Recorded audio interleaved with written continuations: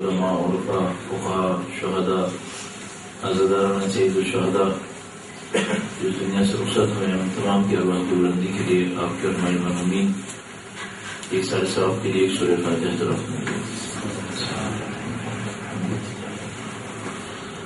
الرحمن الرحیم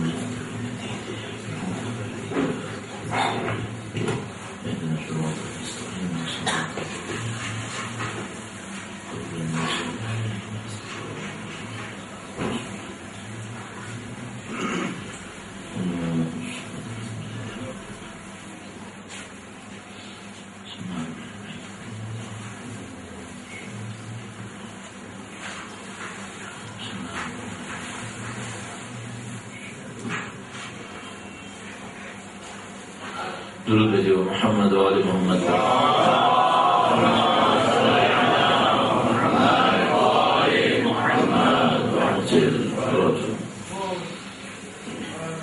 اعوذ باللہ من الشیطان الرجیم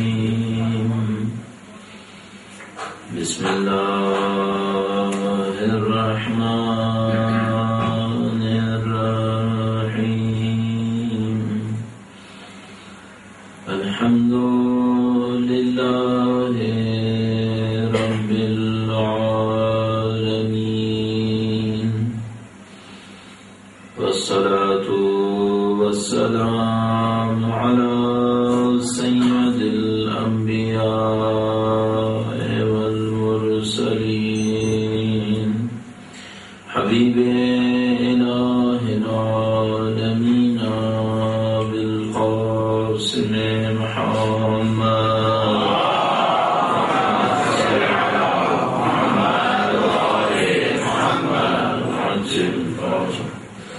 وعلى آله الطيبين الطاهرين سيما بقية الله في الأراضين.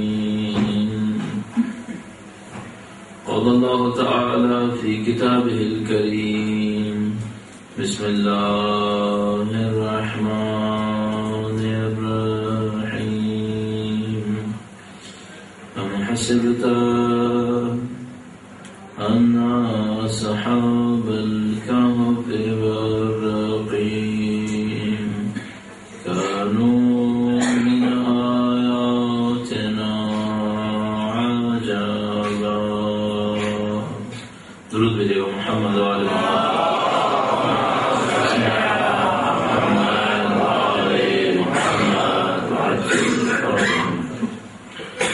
العالم نے انتہائی احسان ہے، اس نے ہمیں اور آپ کو دین کے بارے میں اور فکر کرنے والوں سے قرار دیا ہے. جیسے کہ اللہ کے نبی کی روایت میں موجود ہے، خدا تعالیٰ جب اپنے کسی بندے پر احسان کرتا ہے تو اسے علم دین میں اور فکر کرنے کی سعادت نصیب کرتا ہے. اب اس سعادت کو جو ہمیں نصیب ہوئی ہے کما خوب شکر بجا لانے کے لیے ضروری ہے کہ ہم اس دین پر عمل کرنے کی کوشش کریں جو ہم تک اہل بیت اطہار علیہ السلام کے ذریعے سے پہنچا ہے. علم وہی ہے جو نفع دے اور علم کا نفع عمل کے اندر ظاہر ہوتا ہے. اس دعا کے ساتھ کہ انشاءاللہ خدا ہمیں اپنے صحیح علوم پر عمل کرنے کی سعادت نصیب فرمائے اور انشاءاللہ ان تمام علوم اور عمل کے سب ہمیں وارث اہل بیت کی نصرت کی سعادت نصیب فرمائے، ان کی راہ میں شہادت نصیب فرمائے انشاءاللہ. دعاؤں کی قبولیت کے لیے درود بھیجیں محمد و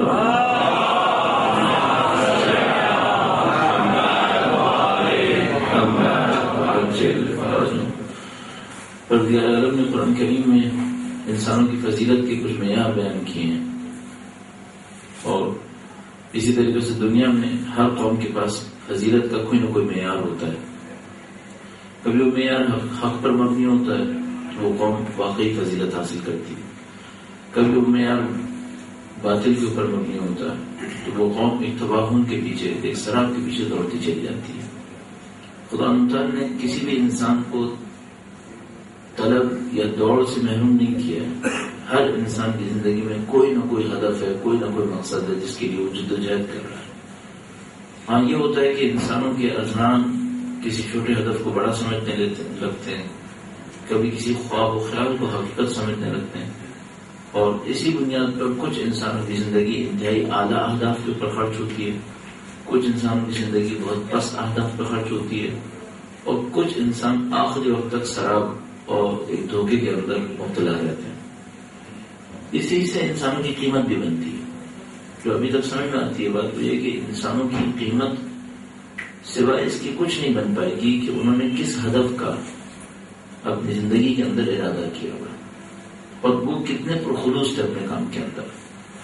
ممکن ہے کہ ایک آدمی کو تصور کرے جس نے اپنی زندگی میں دین کو نہیں سمجھا، نہیں سمجھ پایا کسی بھی وجہ سے، جنگلوں میں تھا، صحراؤں میں تھا، نبوت کا پیغام اس تک نہیں پہنچا، جو پورے خلوص سے اس کو صحیح سمجھ میں آیا اس پر عمل کرتا رہا، پورے خلوص سے سمجھ میں آیا، اس کے اوپر عمل کیا، اپنے آپ کو اس کا پابند رکھا، اپنی خواہشات کے مقابلے میں جس کو صحیح سمجھ رہا تھا اس کا ساتھ دیتا تھا۔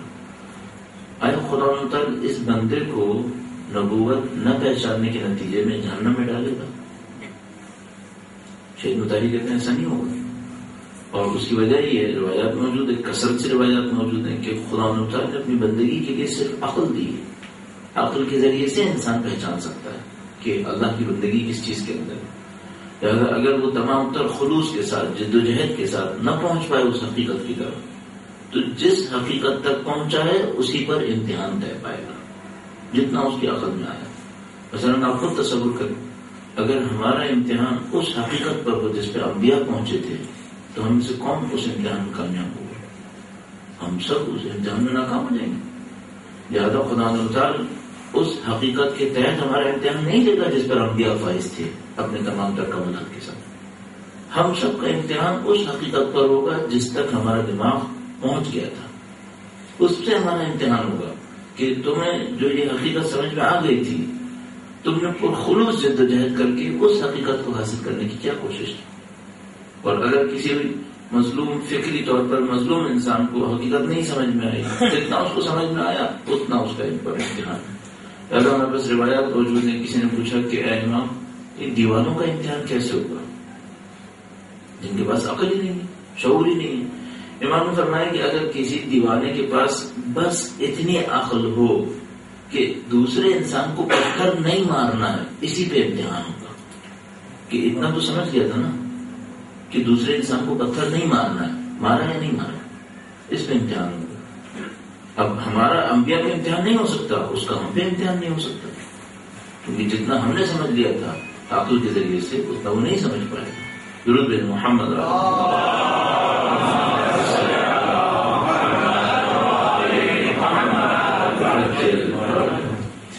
یہ ایک حقیقت ہے۔ اچھا، اب اس حقیقت کے مقابلے میں ممکن کوئی یہ کہے کہ بھائی پھر اس کا مطلب یہ کہ ہمیں چاہیے حقیقت کو کم کشف کریں، کیونکہ جتنا حقیقت کو کم سمجھیں گے امتحان چھوٹا رہے گا۔ امتحانوں میں شاید اس سے بڑھ کر کوئی امتحان نہیں ہے کہ اگر عقل دی تھی تو استعمال کیوں نہیں کی، اس سے بڑھ کر کوئی امتحان نہیں۔ آپ خود تصور کیجئے، آپ اپنے وجود کا پورے کا جائزہ لے لیجئے اور دیکھیے اس میں سے کون سا حصہ ہوا ہے جس کو خدا نے اپنی روح تعبیر کیا ہے۔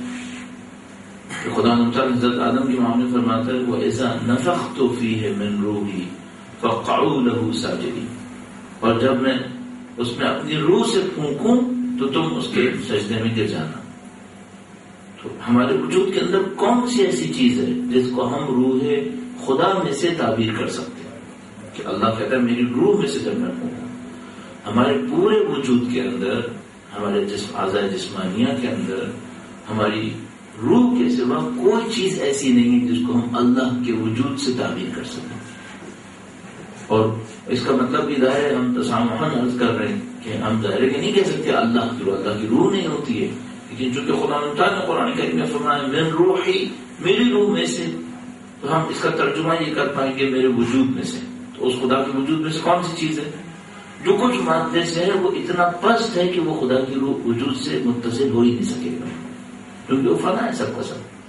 ہمارے وجود میں ایک چیز جو باقی رہنے والی ہے وہ ہماری روح ہے، اور اس کے سوا کچھ نہیں۔ بس یہی وہ شریف اور عظیم چیز ہے جو ہمارے پاس موجود ہے، اور اسی پر ہمارا سارا فخر بنتا ہے۔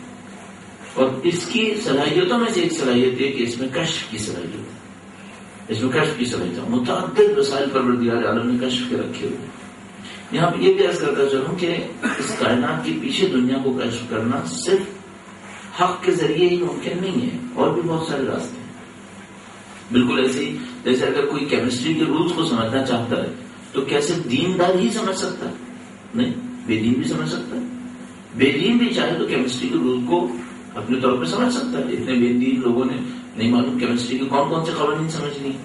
تو یہ جو مادی دنیا کے پیچھے دنیا موجود ہے، کیا اس کے اندر کوئی بے دین بھی پہنچ سکتا ہے؟ ہاں پہنچ سکتا ہے، صرف ایک مشکل ہوگی، وہ یہ کہ اس کو مشقت بہت زیادہ کرنی پڑے گی، دوسرا یہ کہ ایک حد سے زیادہ آگے نہیں بڑھ پائے گا۔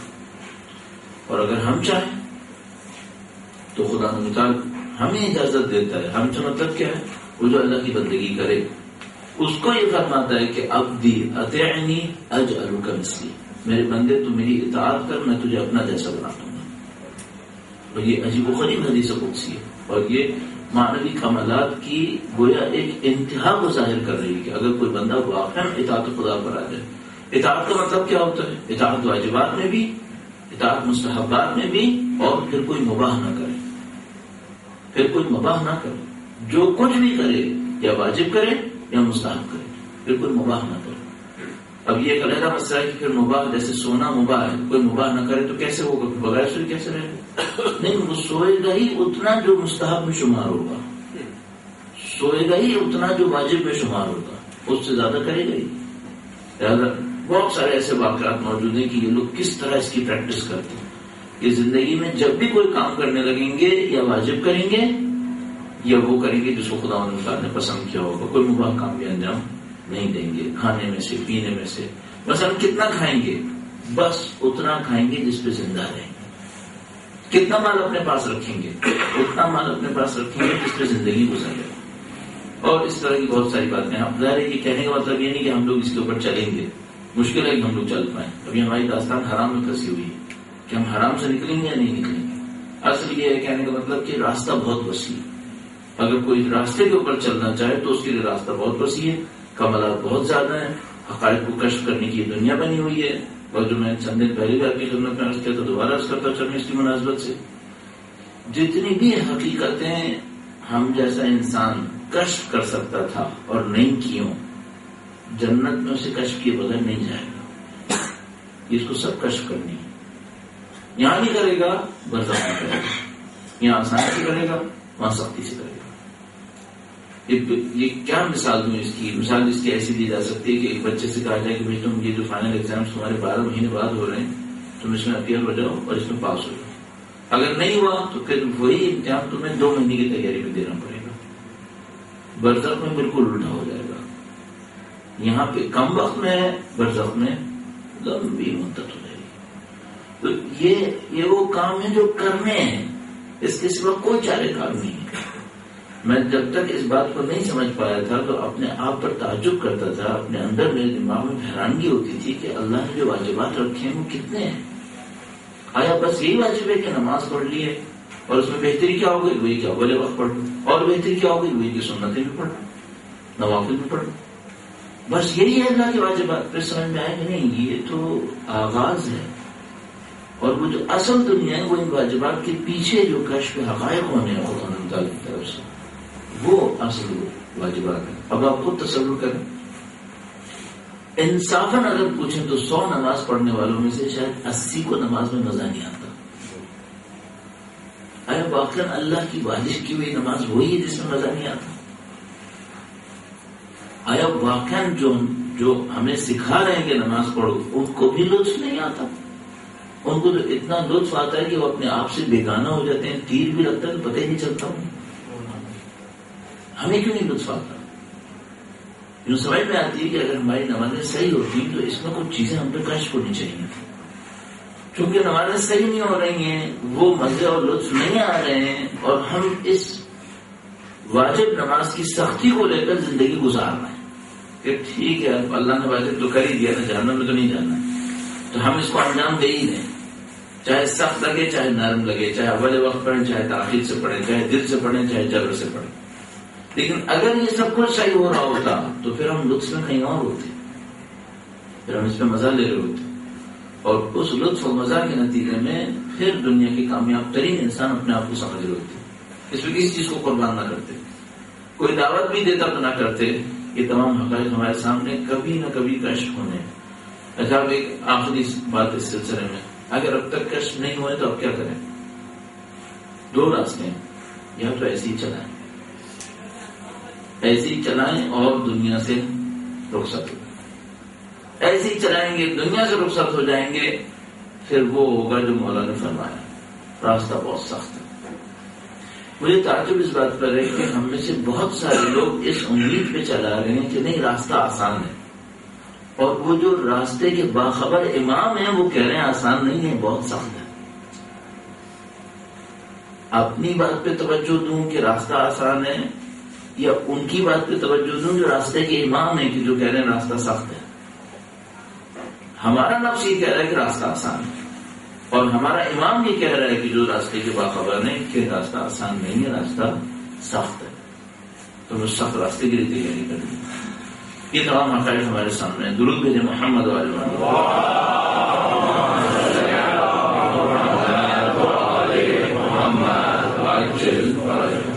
اب اس کے آخر میں کیا کیا جائے؟ کیا مثلا ناامیدی نعوذ باللہ اختیار کی جائے کہ راستہ بہت سخت ہے اور ہم نے تیاری بھی نہیں کی ہے، تو اب آگے کیا ہوگا؟ تو ہمیں بہت ساری چیزیں خدا تعالیٰ نے امید دلانے کے لیے دی ہیں، لیکن ایک شرط کے اوپر، محنت کرو، محنت کرو. اللہ کے رسول میں اس واقعے سے بہت درس حاصل کرنے کی کوشش کرتا ہوں. آیت اللہ جوادی عمری کی کتاب میں ایک دفعہ تذکرہ ہوا تھا اس کا، روایت کا. اللہ کے رسول نے کہیں پر کسی مزدور سے دیوار بنائی، وہ آیا، اس نے دیوار بنائی. جب وہ دیوار بنانے کے لیے آیا تو حسب دستور اسلام اللہ کے رسول نے پوچھا کہ کتنے پیسے لوگے؟ کہنے لگا کہ آپ نبی ہیں اور مجھے اچھا لگتا ہے میں آپ سے پیسے لوں. سمجھا نہیں، بتاؤ کتنی اجرت ہوگی. اس نے اصرار کیا کہ نہیں لوں گا. نبی نے تھوڑا سا اصرار کیا، وہ نہیں مانا. تو نبی نے فرمایا چلو تم بناؤ دیوار. اس نے دیوار بنائی تو اللہ کے نبی وہیں پہ کھڑے ہو گئے، گویا تھوڑا سا اس کو کمپنسیٹ کرنے کے لیے کہ اکیلا کام کرے گا. تھوڑی سی باتیں کی، باتوں باتوں میں اس نے اچانک سر اٹھایا اور اللہ کے نبی سے کہنے لگا اللہ کے نبی آپ دعا کریں میں جنت میں چلا گیا. تو میں اپنے دل میں سوچنے لگا کہ بڑا تیز ہوشیار آدمی تھا. اس نے سوچا نبی سے چند سکے نہ لوں، جنت کا پروانہ دے دوں کسی طریقے سے. اللہ کے نبی نے فرمایا میں دعا کروں گا تم عمل کرو. مفتے کا نہیں، میں دعا کروں گا تم عمل کرو. عمل کرو گے جنت میں جاؤ، عمل نہیں کرو گے نہیں ہو پائے. ہاں کچھ غلطیاں ایسی ہیں ہماری جس کو سوائے اس کے کہ وہ سنبھالیں کوئی امکان ہی نہیں ہے. لیکن کوئی یہ کہے کہ میں عمل کے راستے سے باہر آ جاؤں گا اور وہی سنبھال لیں گے سب کچھ، یہ نہیں ہوگا. اللہ کے نبی جس کے گویا ایک طرح کے کام نبی کے لیے کر رہا ہے، تب بھی نبی فرماتے ہیں کہ نہیں میں دعا کروں گا تم عمل کرنا. تو ہم کیسے اس سے بری ذمہ ہو سکتے ہیں؟ ہمیں اس راستے میں چلنا ہے، محنت کرنی ہے، اور جو محنت کرنی ہے وہ ہمارے سامنے مولا نے بیان کر دی ہے. وصیت اور نصیحت میں مولا امیر المومنین کی ذات پر، نبی خدا کی ذات پر درود بھیجو محمد.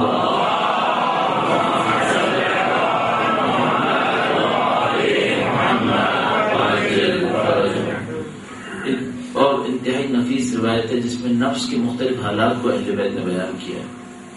تو اس میں تشبیہ اس طرح سے دی گئی ہے جیسے نفس، جیسے انسان کا بدن ہوتا ہے، کبھی مرا ہوا ہوتا ہے، کبھی بیمار ہوتا ہے، کبھی سو رہا ہوتا ہے، کبھی سو رہا ہوتا ہے، کبھی سست ہوتا ہے، اور کبھی چاقو چوبند ہوتا ہے. تو یہ چند حالتیں بنتی ہیں. ایک دفعہ انسان ہے جو صحیح و سالم میں چاقو چوبند ہے، ایک دفعہ انسان صحیح و سالم ہے چاقو چوبند نہیں ہے، سست ہے. ایک دفعہ صحیح ہے لیکن سو رہا ہے. ایک دفعہ اصلا صحیح نہیں ہے، بیمار ہے. ایک دفعہ معاملہ ختم ہو چکا ہے، مر گیا. اس کے مقابلے میں روح کو اس سے تشبیہ دی ہے کہ روح بھی ایسی ہے. مردہ روح کون سی ہے؟ جو خدا کی منکر ہے. فرمایا خدا کی منکر روح مردہ روح. بیمار روح کون سی ہے؟ جس کو اپنے عقیدے میں شک ہے، اس کی روح بیمار. اچھا بیمار انسان کیسا ہوتا ہے؟ صحیح ایکٹیویٹی نہیں کر سکتا، تھوڑا بہت ہل جل لیتا ہے، صحیح کام نہیں کر سکتا. آپ بیمار ہو جس دن آپ کو کام کرنا پڑتا ہے آپ کو پتا ہے کیا ہوتا ہے. جس کے عقیدے میں شک ہو اس کی روح ہے بیمار. پھر ایک وہ ہے جو بیمار تو نہیں ہے لیکن سو رہا ہے. فرمایا سوتا ہوا انسان وہ ہے جیسے غافل انسان ہوتا ہے. ویسے تو صحیح سالم ہے توجہ دے گا تو کام کرے گا. ابھی اس کی روح غافل ہے. کس بات کی غفلت میں؟ دولت کے نشے میں، دنیا کے نشے میں، خواہشات کے نشے میں، اس سے غافل ہو گئی. چوتھی حالت یہ تھی کہ ہے تو صحیح سے عالم لیکن سست پڑا ہوا ہے انسان، کسی بھی وجہ سے سست پڑا ہوا ہے. تو فرمایا اگر علم سے محروم رہو گے، حکمت سے محروم رہو گے، تمہاری روح سست پڑ جائے گی. یہ جو ہم یہاں پر بیٹھے ہیں، بہت اچھی حالت میں یہ ہوگا کہ کچھ ارواح چاقو چوبند ہوں گی، اس کے نتیجے میں بہت آگے جائیں گی. کچھ ارواح سست پڑی ہوئی ہوں گی حکمت نہ سننے کے نتیجے میں. مولا کی حکمت کے ذریعے سے ان کی سست ارواح کو چستی ملے گی. کچھ ارواح سو رہی ہوں گی غفلت کے نتیجے میں، اس کلام بیدار کے نتیجے میں ان کی روح کو بیداری ملے گی. کچھ ارواح نعوذ باللہ وہ ہوں گی جو شک میں مبتلا ہوں، تو امام کے کلام ان کو یقین تک پہنچائے. اور یہاں پر انشاءاللہ کوئی ایسا نہیں ہوگا کہ جو مردہ روح کے ساتھ ہے، وہ یہاں آئے گا.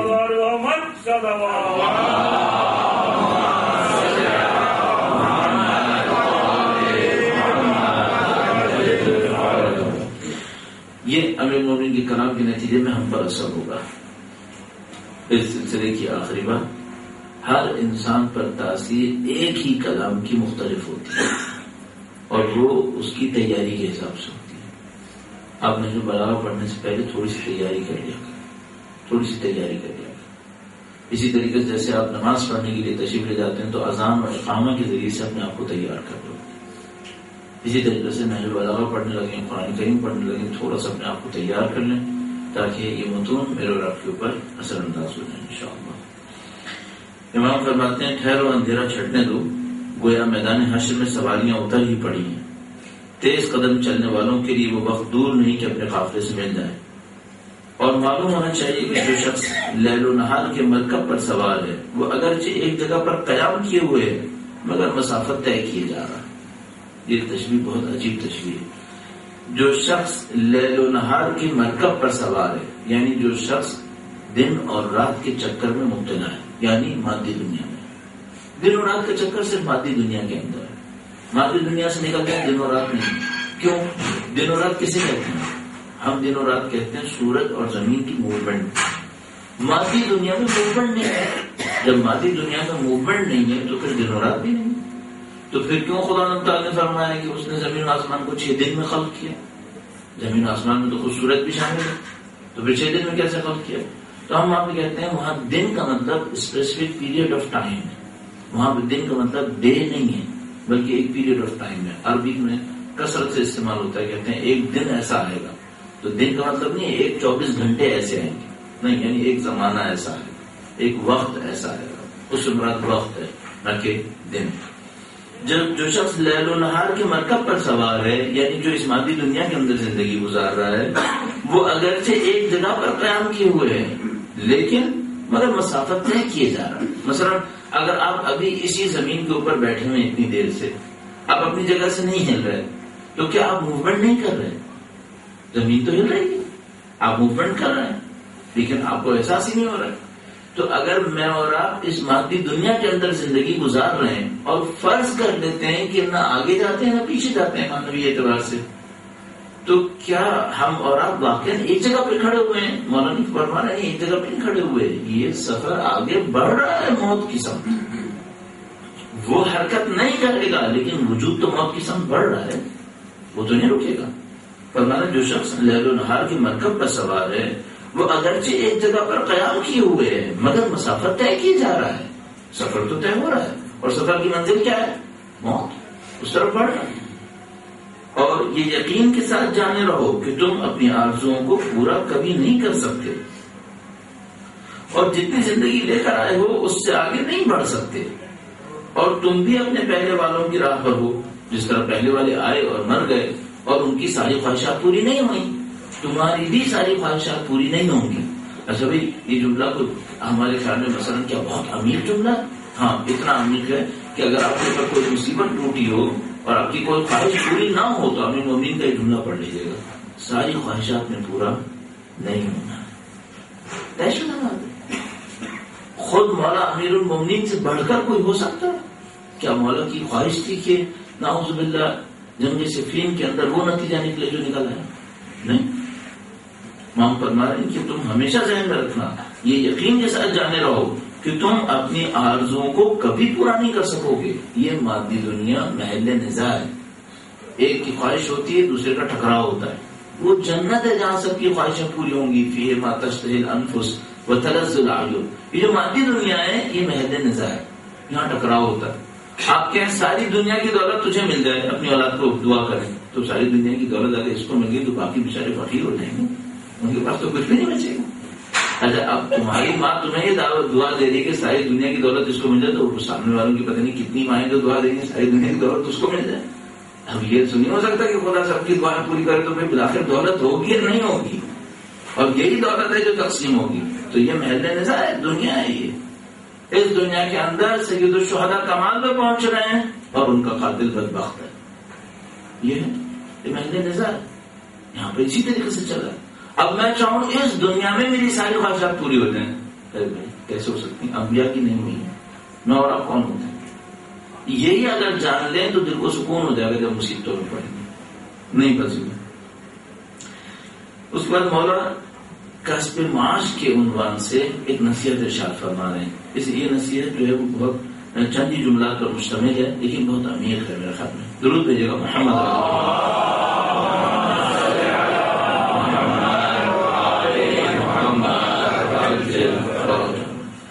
لہذا طلب میں نرم رفتاری اور کسب معاش میں میانہ روی سے کام دو.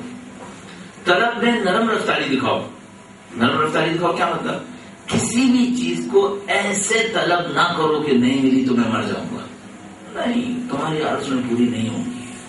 لہذا کسی بھی طلب کے پیچھے ایسے مت مرو کہ جیسے نہیں ہوئی تو کیا ہوگا.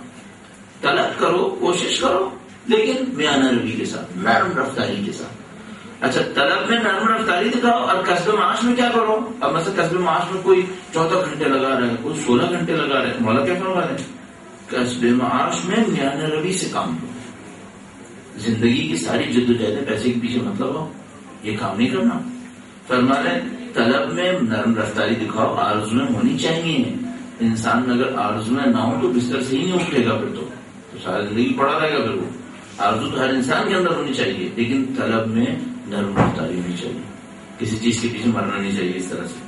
اور کسب معاش میں میانہ روی. کسب معاش میں 24 گھنٹے کسب معاش میں لگا رہے، اس میں نہیں چاہیے. کیوں؟ کیونکہ اکثر طلب کا نتیجہ مال گنوانا ہوتا ہے. یعنی اگر کوئی کسب معاش میں بہت شدت دکھائے اور خدا کا بندہ ہوا تو خدا اسے مال سے محروم کر دے گا. اچھا، آپ کہیں گے ہم نے اتنے بڑے بڑے دولت کے پجاری دیکھیں، صبح سے شام تک دولت مانگ مانگ کے کرتے رہتے ہیں، ان کو ملتی رہتی ہے. وہ اللہ کی بندگی سے باہر نکل رہے ہوتے ہیں. اپنا حساب ان کے ساتھ مت جوڑیے گا. کچھ اللہ کے بندے ایسے ہیں جو اللہ کے منکر ہیں. اگر یہ کوئی خوبی کریں گے خدا اس دنیا میں ان کا حساب پورا کرے گا. آپ کا حساب جدا ہے. آپ کا حساب اللہ نے کچھ اور رکھا ہوا. اور کتنی دفعہ ایسا ہوتا ہے کہ مثال کے طور پر کوئی کہتا ہے سب ادھر چلے جائے، سب بھاگ رہے ہوتے ہیں، کہتے تم مت جاؤ، تو کہتا ہے مجھے کیوں محروم کرو؟ کہتا ہے تمہارے لیے کچھ اور رکھا ہے، ان سب کو جانے دو. خدا نے انسانوں کو کچھ کو کہیں اور بھیجا ہے. آپ وہاں مت جائیں، آپ کا ہمارا حساب کچھ اور رکھا ہوگا. کیا نشانی ہے کہ ہمارا حساب کچھ اور رکھا ہے؟ ان کو امام حسین کی محبت کیوں نہیں دی؟ پھر ہمیں اس کی نہیں دی. اگر ہمارا حساب کچھ اور نہ ہوتا تو سید الشہداء کا ذکر وہ کر رہے ہوتے، پھر ہم نہیں کر رہے ہوتے.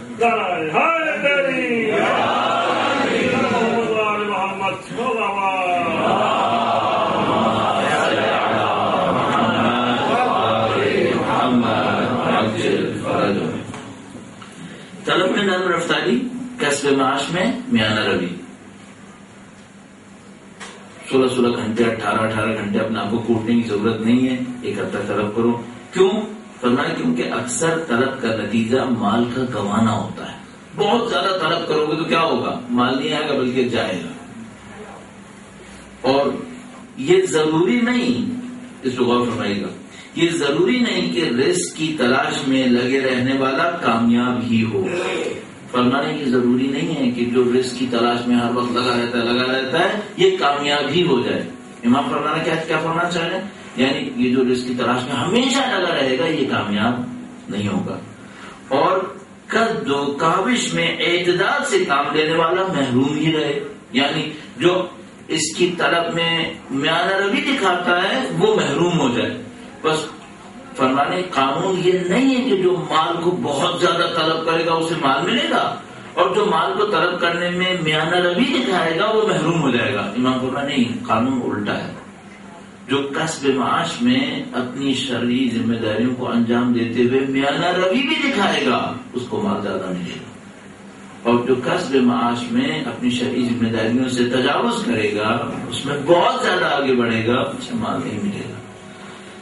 اور قد و کاوش میں اعتدال سے کام لینے والا محروم ہی رہے. اچھا ایک اور نقطے کی طرف اشارہ ہے. فرمایا جب تم مال بہت زیادہ طلب کرتے ہو تو کہیں نہ کہیں ذلت بھی دکھا دیتے ہو. جب مال بہت طلب کرنے پر آ جاؤ تو ذلت دکھاتے ہو.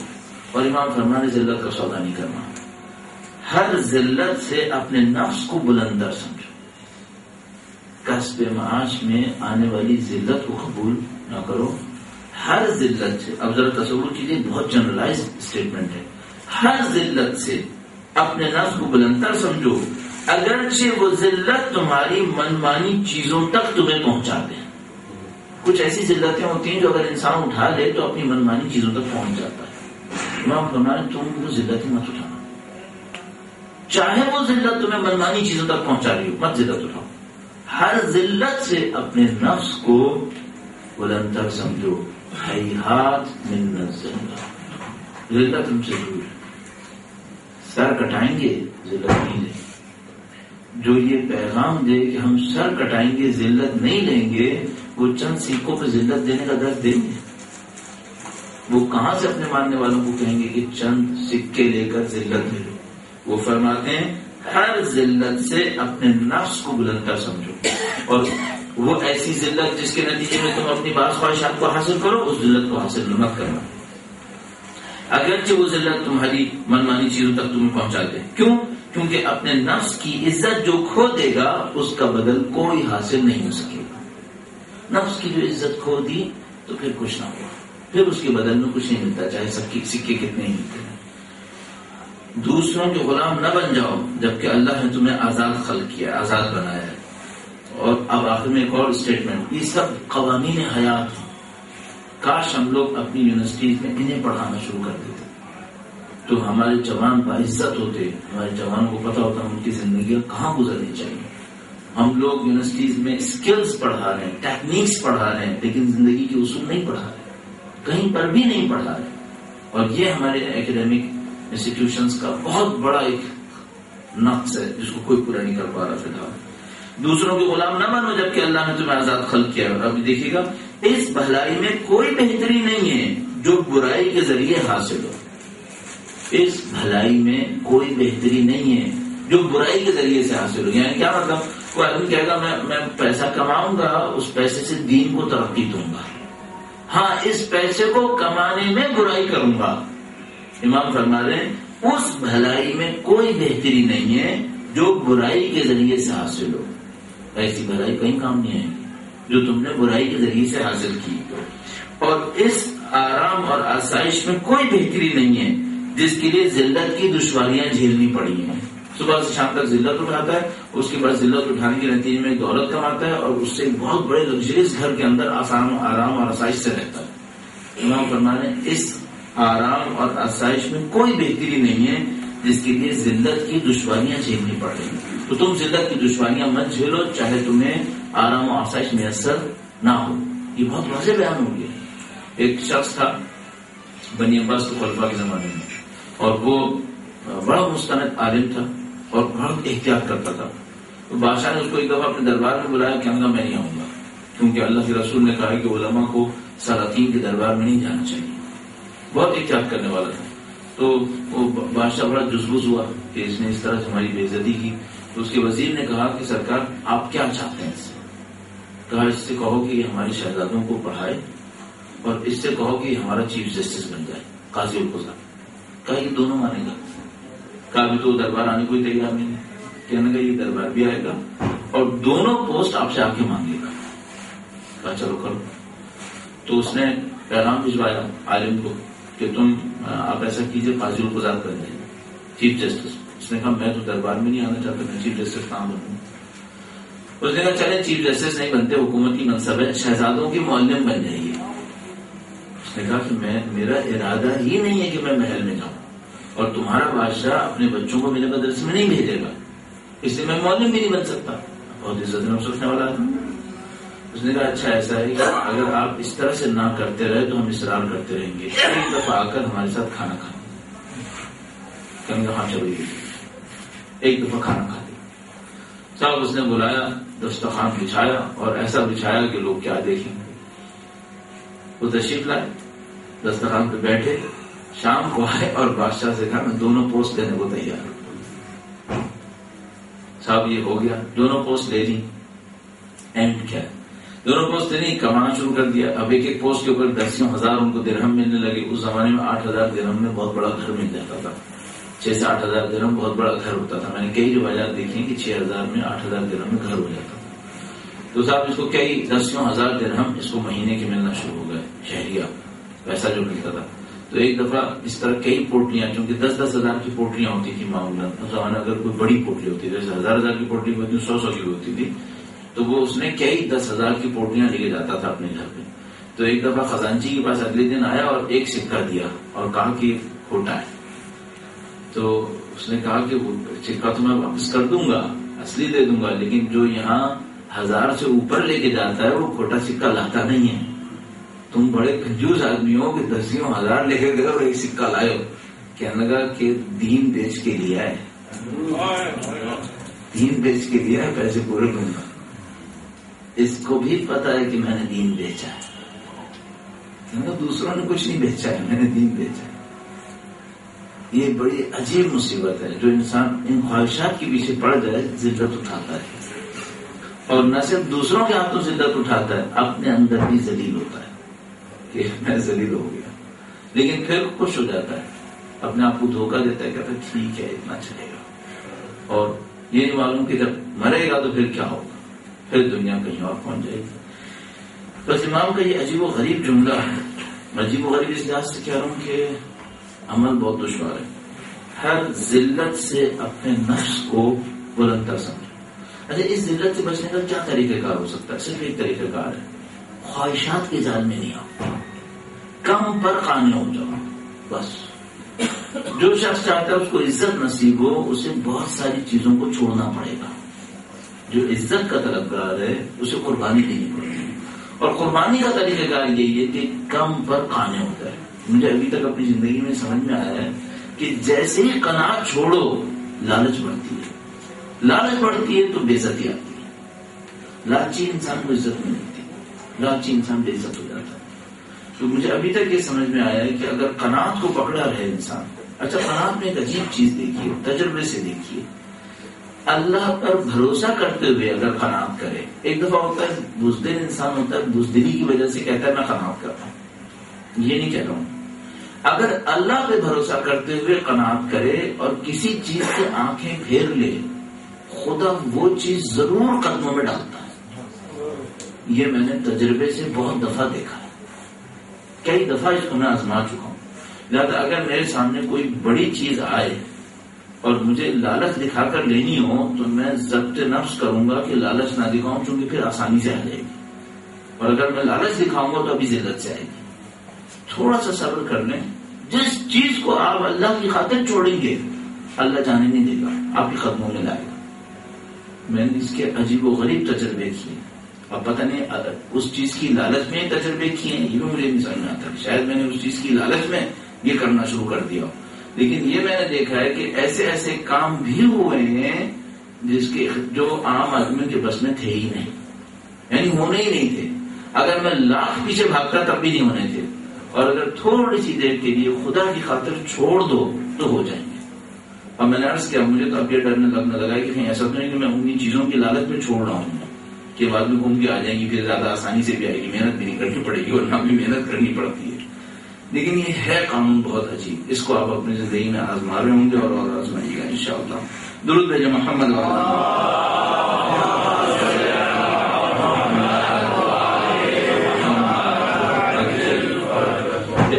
یہی حقیقت مولا بیان فرما رہے ہیں اور اسی حقیقت کو ہم سب سیکھنے کی کوشش کر رہے ہیں. خبردار تمہیں تمام اور حرص کی تیز رو سواریاں ہلاکت کے گھاٹ پر نہ لا اتاریں. توجہ فرمانے اس تشبیہ کے اندر کچھ باریکی ہے. تمہیں تما اور حرص کی تیز رو سواریاں، بعض سواریاں ایسی ہوتی ہیں بہت تیز بھاگ رہی ہوتی ہیں، مثلا گھوڑا بہت تیز بھاگ رہا ہوتا ہے، کسی کے کنٹرول میں نہیں آتا. بعض اوقات کیا ہوتا ہے جانور بے قابو ہو جاتا ہے تو اس کی جہاں مرضی آتی ہے وہاں اتارتا ہے. میں نے اس کا بھی تجربہ کیا ہے ایک آدھ دفعہ کسی جانور میں مجھے کسی نے بٹھا دیا اور وہ چموچ تھا، کنٹرول میں نہیں تھا. اب میں داغ اس کا لگام کھینچتا تھا کہ بدبخت رک جائے، جا کر رکا اس جگہ پہ جہاں میں ہرگز نہیں چاہتا تھا کہ وہاں پہ رکے. تو یہ ہے جانور کے اندر کہ اگر یہ بہت تیز رفتار ہو جائے، چموش ہو جائے تو اپنی مرضی سے اپنی منزل پہ روک جائے. اور امام فرما رہے ہیں تما اور حرص کی تیز رو سواریاں ہلاکت کے گھاٹ پر نہ لا اتاریں. یہ اپنی مرضی سے اتاریں گی اور جہاں بھی اتاریں گی وہ ہلاکت ہوگی. اگر ہو سکے تو یہ کرو کہ اپنے اور اللہ کے درمیان کسی ولی نعمت کو واسطہ نہ بننے دو. یعنی مت سوچو خدا نہیں دے رہا یہ دے رہا ہے، یا خدا دے رہا ہے اور اگر یہ نہ ہوتا تو کہاں سے آتا، یہ سب مت سوچو. اگر دیکھیں ابھی عجیب جملہ ہے، تعبیر بھی بہت عجیب ہے. اگر ہو سکے تو یہ کرو، یعنی تمہارے لیے بہت سخت ہوگا. اگر ہو سکے تو یہ کر لو، لیکن ظاہر کے سخت ہوگا. اگر ہو سکے تو یہ کرو کہ اپنے اور اللہ کے درمیان کسی بڑی نعمت کو واسطہ نہ بننے دو. کیوں؟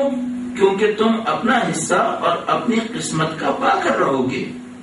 اس کے بعد قناعت دینے کے لیے امام نے یہ ارشاد فرمایا وہ تھوڑا جو اللہ سے بے منت خلق ملے. خلق کسے کہتے ہیں؟ یعنی مخلوق. جو اللہ سے مخلوق کی منت اٹھائے بغیر ملے تھوڑا سا، وہ اس بہت سے کہیں بہتر ہے جو مخلوق کے ہاتھوں سے ملے. جو اللہ سے بے منت خلق تھوڑا ملے وہ اس زیادہ سے کہیں بہتر ہے جو مخلوق کے ہاتھوں پھر منت اور احسان سے ملتا ہے. اگرچہ حقیقتاً جو ملتا ہے اللہ ہی کی طرف سے ملتا ہے. امام فرماتے ہیں جو مخلوق دیتا وہ بھی دیتا تو وہ بھی اللہ کا ہی ہے، لیکن کیا کرتا ہے؟ منت جمع کے دیتا ہے. تم ولی نعمت کسی کو بیچ میں مت ڈالو، تم خدا سے اوپر لو لگا کے رکھو، خدا تمہیں خود دے گا اور تمہیں کسی مخلوق کی منت بھی نہیں اٹھانی پڑے گی. ہاں وہ تھوڑا دے تو تم اس تھوڑے کو کثیر سمجھ لینا. اس کی بڑی عجیب مثالیں ہیں، عجیب و غریب. شاید ان عجیب و غریب مثالوں میں سے ایک مثال مجھے بہت عجیب لگی ہے. ایک دفعہ مشہد گیا تو ہمارے بہت اچھے ایرانی دوست تھے، انہوں نے یہ واقعہ سنایا کہنے کہ ان کے استاد تھے مولانا، وہ کوئی بزنس وغیرہ کرتے تھے جس میں ان کو بہرحال کافی آسانی تھی، وسعت تھی، اور انہوں نے اپنی زندگی وقف کی ہوئی تھی اللہ کے عجیب بندوں سے ملنے پہ. تو وہ ایسے بندوں سے جا کے ملتے تھے، ان کے حالات پہ غور کرتے تھے، پھر لوگوں کو بتاتے تھے کہ بھائی میں ایک بندے سے ملا ہوں، اس کے حالات ایسے. تو کہنے کہ ان کو پتا چلا کہ پتہ نہیں کس علاقے میں ایران کے ایک چوپان ہے چرواہا، بکریاں اور بھیڑیں چراتا ہے اور 500-600 بکریوں کا ریوڑ ہے اور وہ اکیلا ہے، وہی چراتا ہے.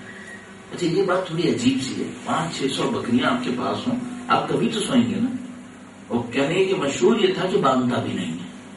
یہ کیسے ہو سکتا ہے کہ بھائی باندھتا بھی نہیں ہے، سوتا بھی تو ہوگا کبھی تو کہنے کہ میں وہ ہمارے استاد ان سے ملنے چلے گئے، اس سے ملنے گئے، جا کے دیکھا تو پتہ چلا ہاں بھائی ایسا ہی ہے، 500-600 نہیں ہے، بہت زیادہ ہیں بکریاں، اور باندھتا بھی نہیں ہے اور سوتا بھی ہے اور بکریوں کو کچھ نہیں ہوتا. تو کہنے کہ اس سے پوچھا یہ بات جو سادہ لوگ ہوتے ہیں یہ اللہ سے بہت نزدیک ہوتے ہیں، اور ہم لوگ جیسے پیچیدہ لوگ خدا سے پتہ نہیں کہاں چلے جاتے ہیں، ان لوگوں کے دل بعض اوقات بہت نزدیک ہوتے ہیں. تو گیا اس کے پاس، اس سے پوچھا کہ بھائی کیا ماجرا ہے، تم کوئی اور ہے؟ کہ نہیں کوئی اور نہیں، میں اکیلا ہوں. تو مانتے کیوں نہیں؟ خدا ہے. کیوں مانتے؟ یعنی کیسے ہوتا ہے؟ خدا ہے کیا مطلب؟ کیا کرتے ہو؟ کہنے لگا کہ جب میں اپنا کام کر لیتا ہوں، مثلا کبھی نماز پڑھنے لگتا ہوں یا کبھی سونے لگتا ہوں، تو میں خدا سے کہتا ہوں خدا ہے میری ڈیوٹی ختم ہو گئی، تیری شروع ہو گئی، اب تو سنبھال. کیا میں یہی کہتا ہوں خدا سے کہ بھائی تو نے مجھے مخلوق خلق کیا تھا، ان کو پالنے کے لیے ذمہ داری دی تھی، میں نے اپنا کام کر دیا، میں نے اپنا کام کر دیا ہے، اب تو اپنا کام کر لے، ان کو سنبھال لے. میں اب جاتا ہوں سونے کے لیے، یا مجھے نماز پڑھنی، میں نماز پڑھوں گا. تو کہا کہ تو یار عجیب بات ہے، کبھی کوئی بکری غائب نہیں ہوئی؟ میں نہیں، کبھی کوئی غائب نہیں ہوئی. اللہ اپنی ڈیوٹی صحیح کرتا ہے، ہم بھی اپنی ڈیوٹی صحیح کریں گے. انہوں نے کہا کہ کبھی کوئی ایسا واقعہ ہوا جس سے یقین ہو گیا کہ اللہ ہی کر رہا ہے؟ ہاں ہوا. کیا ہوا ہے؟ کہنے لگے کہ میں ایک دفعہ سو رہا تھا اور میں نے اسی طرح اللہ پہ ڈالا تھا کہ تو کر لے گا. میں سو کے جب میں اٹھا تو میں نے دیکھا کہ میرے چاروں طرف بھیڑیے کھڑے اور گویا مجھ پہ حملہ کرنے والے. کہنے لگا میں نے باہر کمبل سے سر نکال کے دیکھا کہ بھیڑیے بہت زیادہ اور میں کھڑا بھی ہوا میں نہیں لڑ پاؤں گا ان سے. تو میں نے کہنے لگا کہ میں نے وہ کپڑا اپنے سر پہ اوڑھ کر کہا خدا ہے اوور ٹائم بھی تو ہی کر لیا میں نہیں آ سکتا اس میدان میں, یہ تیرا ہی میدان ہے, تو ہی لڑے, میں کہاں لڑ پاؤں گا. تو کہنے کا میں نے پھر کپڑا اوپر اڑا اور مجھے پتا تھا جب تک میں اندر نہیں آیا یہ خدا سنبھالے گا کیونکہ ہمیشہ سنبھالتا ہے. تو کہنے کا میں پھر سو گیا اور خدا سے کہا خدا ہے تو ہی سنبھال لے, میرے بس کا نہیں, اتنے بھیڑیے ڈھیر سارے آ گئے. کہنے اس کے بعد جب میں اٹھا تو میں نے دیکھا بھیڑیے چلے گئے. تو میں نے ساری بکریاں گنی کہ مثلا کچھ ہوا تو نہیں. تو کہنا میں نے دیکھا ایک کم ہوئی. تو میں نے سوچا کہ یہ ایک کم کیوں ہوئی, آج تک تو خدا نے کبھی ایسا کیا نہیں تھا کہ مثلا کام خراب ہو گیا ایک خراب کیوں ہوا. تو کہنے کا پھر مجھے یاد آیا کہ وہ جو کم ہوئی ہے اس کو ایک بیماری لگ گئی تھی جو دوسروں کو لگنی تھی. اللہ نے بھیڑیے بھیجے تھے اس بکری کو اٹھوانے کے لیے. یہ خدا ہے, اس کو پتا ہے مجھے کام کیسے کرنا ہے. ہم لوگ بلا میں بہت ساری چیزیں پریشان ہوتے پھرتے ہیں, یہ ہوگا کیسے, یہ نہیں جانتے کہ اگر ہم واقعا خدا کے لیے کریں گے بھائی وہ کام کرنا جانتا ہے, اس کو پتا ہے کیسے ہوگا. بلا میں پریشان ہونے کی کوئی خاص ضرورت نہیں ہے. اچھا زیادہ سے زیادہ کیا ہوگا, زیادہ سے زیادہ تو مر جاؤ, بہت ہوا کیا ہو جائے گا, بہت بڑے مر جائیں گے. مرنے کے اچھا نہیں مرنا تھا کیا, یہاں پہ مرنا تو تھا. 10-15 سال آگے پیچھے ہوگا تو آگے میں کیا ہوگا, مرنے کے بعد بھی وہیں جانا تھا. ابھی اگر جلدی مر جائیں گے اپنی دانش میں جلدی تب بھی وہیں پہ جائیں گے. کوئی زیادہ لاس نہیں ہونا ہے, بلکہ لاس تو ہونا ہی نہیں ہے, صرف پریشانی جھیلنی ہے ہم لوگوں, صرف پریشانی جھیلنی ہے. اچھا اس کا بہترین راستہ کیا, پریشان مت ہو. جو بھی مصیبت آ رہی ہے پریشان مت ہو, مطمئن رہے اللہ جانتا ہے, اور اگر میں صحیح رہا اور خدا پہ اعتماد کیا تو وہ سنبھال دے گا. مشکلیں تو بہت آئیں گی. اگر میں آپ سے یہ کہوں نا فلاں دعا پڑھتے رہے گا کبھی مشکل نہیں آئے گی, یہ بات صحیح نہیں ہے. تمام ائمہ نے سختیاں جھیلی ہیں, تمام ائمہ گھر نے سختیاں جھیلی. تو یہ کہنا فضول سی بات ہے کہ دنیا میں کوئی سختی نہیں آئے گی. سختی تو آئے گی اور آنی بھی چاہیے, نہیں آئے تو پریشان ہو جائے گا کہ اب اللہ کے بندے رہے یا نہیں رہے. سختیاں آئیں گی, صرف ایک بات ہے پریشان مت ہو, یہ ساری سختیاں اللہ کی طرف سے آئی ہیں, وہ اس کو سنبھال بھی رہے گا انشاءاللہ. درود بھیجیں محمد.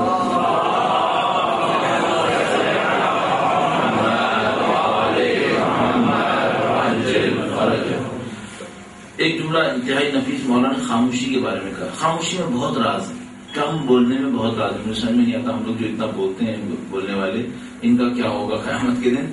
لیکن چلو ٹھیک ہے, شاید یہ بس اللہ کی ذمہ داری کی وجہ سے زیادہ بولنا صحیح ہے. لیکن بہرحال خاموشی میں بہت راز ہے. امام فرما رہے ہیں دو آپشن ہیں آپ کے پاس. فرض کریں آپ نے خاموش رہنے کو عادت بنا لی, آپ نے کہا بھائی میں کم بولوں گا. اب ایک امکان ہے کہ جہاں بولنا چاہیے تھا وہاں خاموش رہ گئے, پھر کیا ہو, غلطی ہو گئی نا.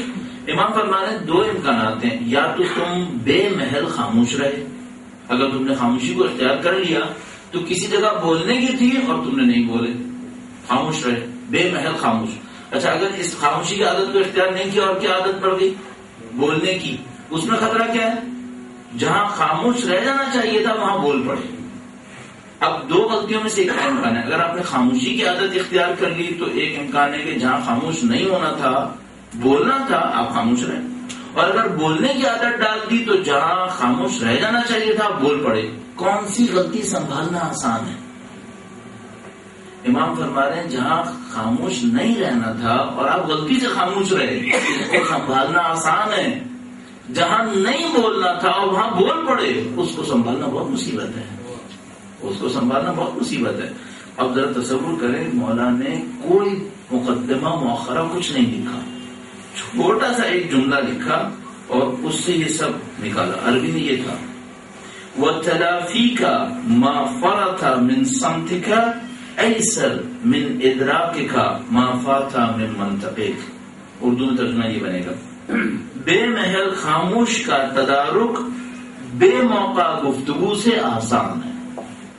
بے محل خاموش کا تدارک، یعنی کوئی انسان جہاں پہ بولنا چاہیے تھا وہاں خاموش رہا، اس کا تدارک کرنا آسان ہے. کس کے مقابلے میں؟ جو بے موقع بول پڑتا ہے. کیوں؟ برتن میں جو ہے اس کی حفاظت یوں ہی ہوگی کہ منہ بند رکھو. جو کھل جائے تو اس کو سمیٹا نہیں جا سکتا. ہاں خاموش رہے تو بعد میں بولا جا سکتا ہے. صحیح؟ بس اگر آپ خاموش رہے جہاں پہ آپ کو بول جانا چاہیے تھا، بعد میں اس کا تدارک ممکن ہے کہ آپ بعد میں بول لیجیے گا. لیکن اگر جہاں پہ خاموش رہنا تھا وہاں بول پڑے، اب اس کا کوئی تدارک نہیں ہے، کیونکہ ایک دفعہ آپ منہ کھول گیا تو پھر تو معاملہ ختم ہو گیا. فرمانے بے محل خاموش کا تدارک بے موقع گفتگو سے آسان ہے. برتن میں جو ہے اس کی حفاظت یوں ہی ہوگی کہ منہ بند رکھو، اور جو کچھ تمہارے ہاتھ میں ہے اس کو محفوظ رکھنا دوسروں کے آگے دست طلب بڑھانے سے مجھے زیادہ پسند ہے. یعنی کیا مطلب؟ آپ کے ہاتھ میں کچھ ہے جو کم ہے، امام فرما رہے ہیں اس کم کی حفاظت کر لو، اس پہ قانع ہو جاؤ. یہ اس سے مجھے یہ پسند ہے. کس کے مقابلے میں؟ دوسروں کے سامنے ہاتھ پھیلانا شروع کرو. دوسروں کے سامنے ہاتھ نہیں پھیلا. اس کے بعد ایک اور جملہ اسی طرح انتہائی خوبصورت اور پیچیدہ، عربی میں دیکھیے گا، وَمَرَارَةُ الْيَاسِ خَيْرٌ مِّنَ الطَّلَبِ إِلَى النَّاسِ. بہت نفیس جملہ ہے عربی. اس کا اردو ترجمہ ہے، فرمانے کہ یاس کی تلخی، یاس کسے کہتے ہیں؟ نا امیدی. نا امیدی مثلا نا امیدی کی کیا ہوتی ہے؟ وہ یہ کہ آپ اگر آپ کے دل میں یہ امید ہوتی ہے کہ اگر مانگ لیتا تو دے دیتا، اور آپ نے نہیں مانگا. صحیح؟ آپ نے سیکھا مولا سے، مولا نے کہا تھا دوسروں سے مت مانگو، آپ نے نہیں مانگا، نہیں مانگا، آپ محروم رہ گئے، اور آپ کے ذہن میں کیا رہ جائے گا؟ اگر مانگتا تو دے دیتا. ٹھیک ہے، اس کو کہتے ہیں یاس کی تلخی، نا امیدی کی تلخی، کہ میں اگر مانگ لیتا تو دے دیتا.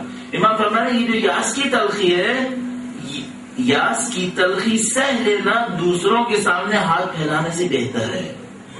تم یاس کی تلخی سہ لو، دوسروں کے سامنے ہاتھ پھیلانے کی ذلت مت اٹھاؤ. بھائی زیادہ سے زیادہ یہ ہوگا نا دل میں، دیکھیں اگر آپ نے نہیں مانگا اور محروم رہے تو دو امکان ہے. بعد میں آپ کا نام کہے گا ہاں بھائی وہ آدمی تھا ہی ایسا کہ اگر مانگتا تب بھی نہیں دینا تھا اس نے، تب تو بہت اچھا ہوگا نا کہ نہیں مانگا. ایک دفعہ یہ ہو سکتا ہے آپ کا نفس کیا ہے کہ نہیں اگر مانگ لیتا تو دے دیتا، تو یہ یاس کی تلخی ہو گئی. امام فرمانے یہ یاس کی تلخی سہنا آسان ہے، دوسروں کے سامنے ہاتھ پھیلانا وہ بدتر ہے، وہ بہت خراب ہے. یاس کی تلخی سہ لینا دوسروں کے سامنے ہاتھ پھیلانے سے بہتر ہے. عربی بہت اچھی ہے، اردو میں اتنا مزہ نہیں آ رہا ہے، عربی بہت خوبصورت ہے. مرارۃ الیاس خیر من الطلب الی الناس، بہت خوبصورت بیلنسڈ. پاک دامنی کے ساتھ محنت مزدوری کر لینا فسق و فجور میں گھری ہوئی دولت مندی سے بہتر ہے. پاک دامنی سے محنت مزدوری کر لو، فسق و فجور کی دولت سے بہتر ہے. انسان خود ہی اپنے راز کو خوب چھپا سکتا ہے. امام فرمایا جو میں کہہ رہا ہوں نا، ہر ایک کو پتا ہے خود اس نے کیا چھپایا. انسان خود ہی اپنے راز کو چھپا سکتا ہے. بہت سے لوگ ایسی چیز کے لیے کوشاں ہوتے ہیں جو ان کے لیے ضرر رساں ثابت ہوتی ہے. اس کے بعد فرمایا جو زیادہ بولتا ہے وہ بے معنی باتیں کرنے لگتا ہے. من اکثرا احجرا ومن تفکرا ابصرا. اس جملے کی نزاکت کو دیکھیے، جو زیادہ بولتا ہے وہ بے معنی باتیں کرنے لگتا ہے. جو زیادہ بولے گا کب تک علم دے گا؟ زیادہ بولے گا تو پھر اور فول بکنے لگے گا، پھر اس کی بے عزتی ہوگی. جو زیادہ بولتا ہے وہ بے معنی باتیں کرنے لگتا ہے. سوچ بچار سے قدم اٹھانے والا صحیح راستہ دیکھ لیتا ہے. یعنی جو سوچ بچار ہی قدم اٹھاتا ہے. عربی میں کیا تھا؟ من اکثرا، جو زیادہ بولے گا، احجرا، ہذیان بکے گا، الٹی سیدھی باتیں کرے گا. ومن تفکرا، اور جو غور و فکر کرے گا، ابصرا، اسے بصارت مل جاتی ہے، بصیرت مل جاتی ہے، بصارت مل جاتی ہے، چیزوں کو دیکھنے لگتا ہے. اس کے بعد ایک اور جملہ فرمایا، نیکوں سے میل جول رکھو گے تو تم بھی نیک ہو جاؤ گے، بروں سے بچے رہو گے تو ان کے اثرات سے محفوظ رہو گے. نیکوں سے میل جول رکھو تم نیک ہو جاؤ گے. اب اس سے بڑی اور کیا ضمانت چاہیے اچھائی کی محفل میں بیٹھنے کے لیے. فرمایا قارن اہل الخیر تکن منہم، اہل خیر کے ساتھ رفتار مت کرو، مقارنہ نہ کرو، اٹھو بیٹھو. تکن منہم، تم ان میں سے ہو جاؤ گے. ایزان محترم خود بتائیے گا، اس فلسفہ حیات سے بڑھ کر کچھ چاہیے؟ یقین فرمائیے میں اپنے ایجوکیشن سسٹمز کے اوپر متاثر ہوں. مجھے سمجھ میں نہیں آتا ہمارے پاس یہ دولت موجود ہے زندگی گزارنے کے قوانین کی. یہ زندگی گزارنے کے اصلی قوانین ہے. یہ حکمت ہے. یہ وہ حکمت ہے جو اہل بیت اطہار ہم تک دینا چاہتے تھے. ابھی ممکن ہے یہاں پر کوئی ہو جس کو ان جملات کی گہرائی ابھی خیال نہ ہو، لیکن تجربوں سے گزرے ہوئے لوگ بہت آسانی سے سمجھ جائیں گے کہ ان سے کیا ملنا ہے. یہ زندگی کے اورینٹیشن کے لیے کر رہا ہے. تمہیں زندگی ایسے گزرنی چاہیے. اور اگر اس کے اوپر زندگی گزارنا شروع کر دی، زندگی آسان ہے. زندگی بہت آسان ہے کیونکہ سختیوں کے باوجود اس کے اندر ایک لذت ہوگی. اور اگر ان سے انحراف کیا تو بظاہر نرمی آئے گی لیکن زندگی سخت ہو جائے گی. زندگی بہت بری گزرے گی. لہٰذا آزاد زندگی گزارنے کے لیے یہ قوانین بہت ضروری ہے. اور یہ پورا ایک پیکیج ہے. یہ پورا ایک پیکیج ہے.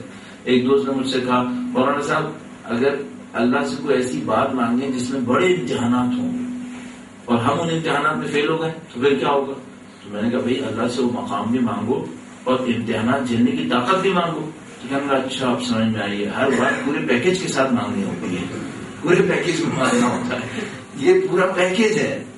آپ اگر اہل ایمان بننا چاہتے ہیں یہ پیکیج ہے پورا. ٹکڑوں ٹکڑوں میں نہیں ملتا ہے. یعنی کوئی یہ کہ میں مولا کا شیعہ بن جاؤں گا اور اس میں سے کچھ نہیں لوں گا، پھر کہاں سے بنے گا؟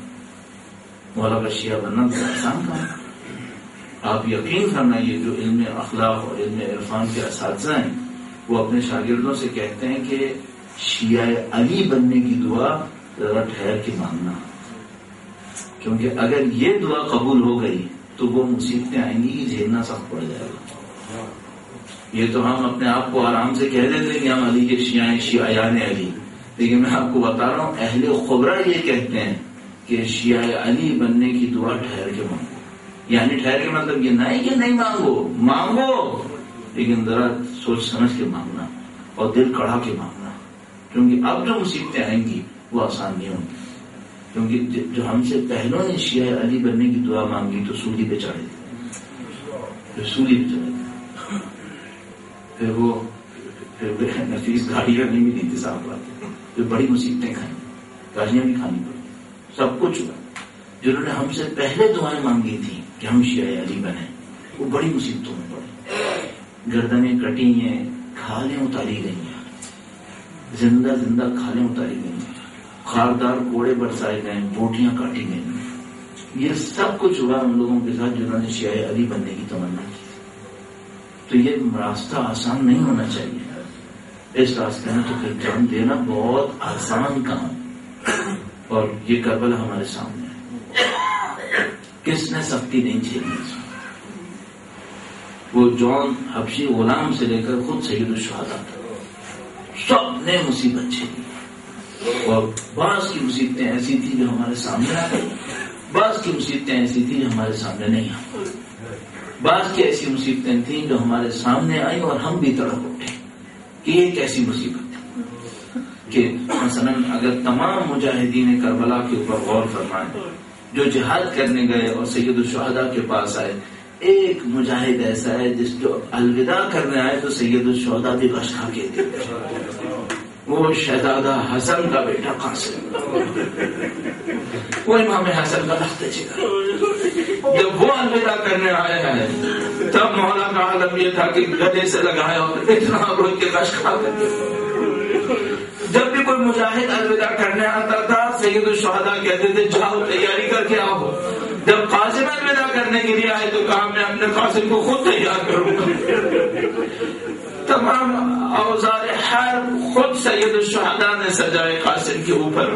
اور اس کے بعد آخر میں جب گولا خود رکھنے لگے تو دیکھا سر کے اوپر کوئی ٹوپی نہیں آتی ہے تو امامہ باندھ لیا، تحت الحنک لگایا. اور اس کے بعد علامہ ذیشان حضرت جوادی روایت پڑھتے تھے، حضرت قاسم سے کہا بیٹا نزدیک آؤ. جب وہ نزدیک آئے تو گریبان چاک کر دیا. قاسم نے کہا ابو یہ آپ نے کیا کیا؟ کہا بیٹا چاک گریبان یتیمی کی نشانی ہے، شاید کسی کو رحم آئے.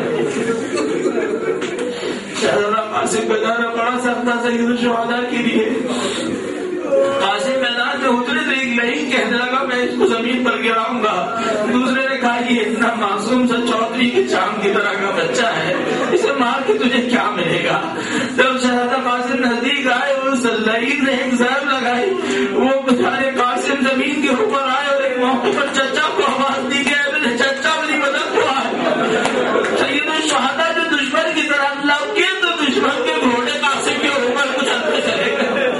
بس ایک موقع آتا تھا سید الشہداء لڑکتے تھے اور گھوڑے ادھر سے ادھر ہوتے تھے اور قاسم کی آواز آہستہ آہستہ جب بھی چلی گئی، بس جب سید الشہداء پہنچے تو قاسم کی آواز آئی، قاسم دنیا سے رخصت ہو گئے اور سید الشہداء نے حسرت پر بمبی جملہ فرمایا، کہا بیٹا تیرے چچا کے لیے کتنا سخت ہے، تو پکارے تو چچا آ نہ سکے اور جب چچا پہنچے تو تجھے مدد کے لیے کچھ نہ کر سکے۔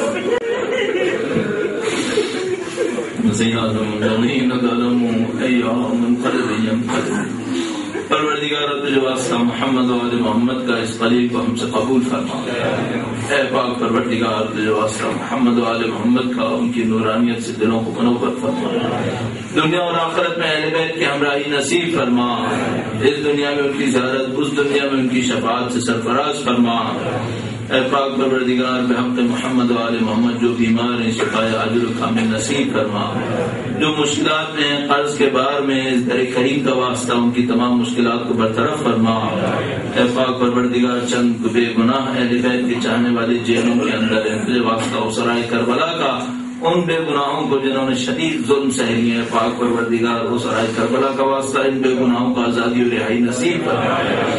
جو ہمارے شہید اس دنیا سے رخصت ہوئے ہیں، عسکری رضا، مختار نقوی اور وہ تمام مومنین کے جو انسانیات کے اندر شہید ہو رہے ہیں، تجھے واسطہ محمد و آل محمد کا شہدائے کربلا کے ہمراہ محشور فرما۔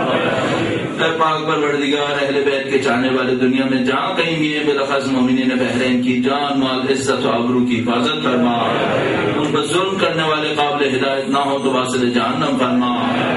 اے پاک پروردگار دعائیں تیری حجت کے لیے، پاک پروردگار دنیا میں امن تیری حجت کے نام پر ہے، پاک پروردگار تجھے واسطہ محمد و آل محمد کا فرزند زہرا کے ظہور میں تعجیل فرما، ہمیں ہماری اولادوں کو ان کی جانثاروں میں قرار فرما، ہماری زندگیوں کا اختتام دین کی راہ میں شہادت قرار فرما۔ ربنا تقبل منا انک انت السمیع العلیم۔